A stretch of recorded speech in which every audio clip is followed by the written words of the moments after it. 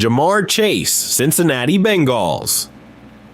The Chase situation in Cincinnati has gone from uncomfortable to untenable. After watching T. Higgins leave in free agency last year, Chase is now playing on his fifth-year option after failed extension talks. The Bengals are 1-4. Joe Burrow is taking a beating behind a porous offensive line, and Chase has publicly expressed frustration with his usage. He's still elite, 31 catches for 412 yards through 5 games, but the relationship appears increasingly strained, with the Bengals facing a $290 million extension for Chase and multiple roster holes to fill. A trade suddenly makes sense. Chase's fifth-year option salary of $21.8 million is manageable for acquiring teams, and the return would be massive. So where could he land? The New England Patriots make perfect sense. They're surprisingly 2 behind Drake May's emergence, have $45 million in cap space, and desperately need a true hash 1 receiver to accelerate their rebuild. The Los Angeles Chargers are another option. Jim Harbaugh's team is 4-1, but their receiving core lacks a true alpha after Keenan Allen's departure. The Washington Commanders are the wild card. They're 4-1 behind Jaden Daniels' electric play, and pairing Chase with Terry McLaurin would give them the league's most explosive offense. I'd put the probability of Chase being traded at 60%, with New England as the most likely destination. This is the trade I believe has the highest chance of actually happening. The Bengals can't afford to lose him for nothing, and the Patriots have the resources and need to make a blockbuster move. MicahParsons, Dallas Cowboys. The Cowboys' season is imploding faster than a Jerry Jones press conference after a playoff loss. They're 1-4. Dak Prescott looks lost in a new offensive system, and their defense ranks 30th in points allowed. Meanwhile, Parsons is in the final year of his rookie contract, seeking a deal that would make him the highest paid defensive player in NFL history. With CeeDee Lamb's massive extension already on the books and Prescott's contract situation unresolved, the Cowboys face difficult financial decisions. Parsons is still dominant, 6 sacks through 5 games, but trading him could accelerate a much-needed rebuild. So where could he land? The Detroit Lions are the perfect fit. They're 5-0 and legitimate Super Bowl contenders, but their pass rush has struggled since losing Aiden Hutchinson to a broken leg. They have $22 million in cap space and the draft capital to make it happen. The Baltimore Ravens are another option. Their defense has been uncharacteristically vulnerable, and Parsons would give them the edge presence they've lacked since losing Justin Houston. The Atlanta Falcons are the dark horse. They're surprisingly 4-1, but their pass rush ranks 28th in pressure rate. I'd put the probability of Parsons being traded at 40%. The Cowboys have historically been reluctant to trade stars, but their dire situation and Parsons' contract demands could force their hand. By the way, I'm going to be posting a lot here, so it would mean a lot if you subscribed and dropped a like for the algorithm.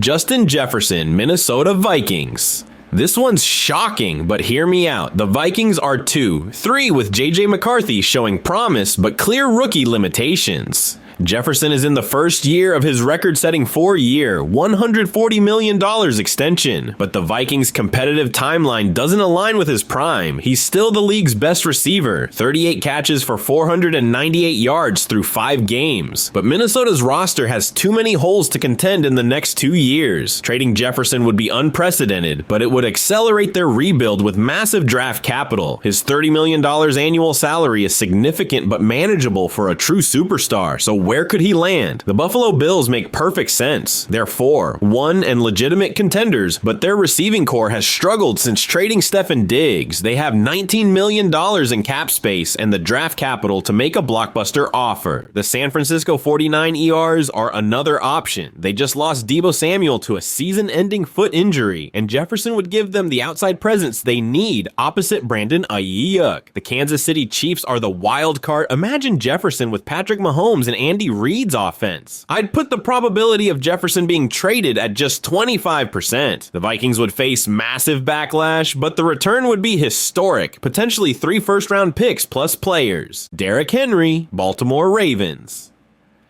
The Ravens' experiment with Henry hasn't gone as planned. They're 2-3. Their offense ranks 18th in scoring, and Henry is averaging just 3.8 yards per carry behind an offensive line that struggled with injuries. At 31, Henry is on a 2-year, $16 million contract, but the Ravens could save $6 million by trading him. With rookie Rasheen Ali showing flashes and the Ravens potentially shifting to a more pass-heavy approach, moving Henry makes sense if they continue to struggle. So where could he land? The Dallas Cowboys make perfect sense. They're desperate for a running game after losing Tony Pollard in free agency, and Henry would give them the physical presence they've lacked. The Cowboys have $14 million in cap space and the need to make it work. The Philadelphia Eagles are another option. Their running game has been inconsistent, and Henry would give them the power back to complement Saquon Barkley's explosiveness. The Tampa Bay Buccaneers are the dark horse. They're surprisingly 4-1, but their running game ranks 29th in yards per carry. I'd put the probability of Henry being traded at 45%. The Ravens have been aggressive with in-season moves, and Henry's age doesn't fit their long-term plans if they're not contending this year. BuddaBaker, Arizona Cardinals.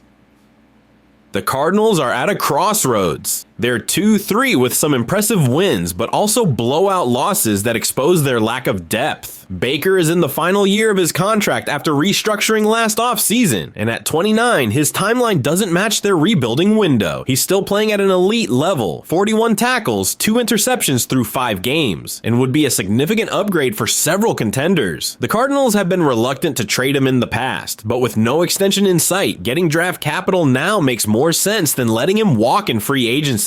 So where could he land? The Philadelphia Eagles make perfect sense. Their secondary has been a disaster, and Baker would give them the versatile safety they've lacked since losing CJ Gardner-Johnson. The Eagles have $16 million in cap space and the draft capital to make it happen.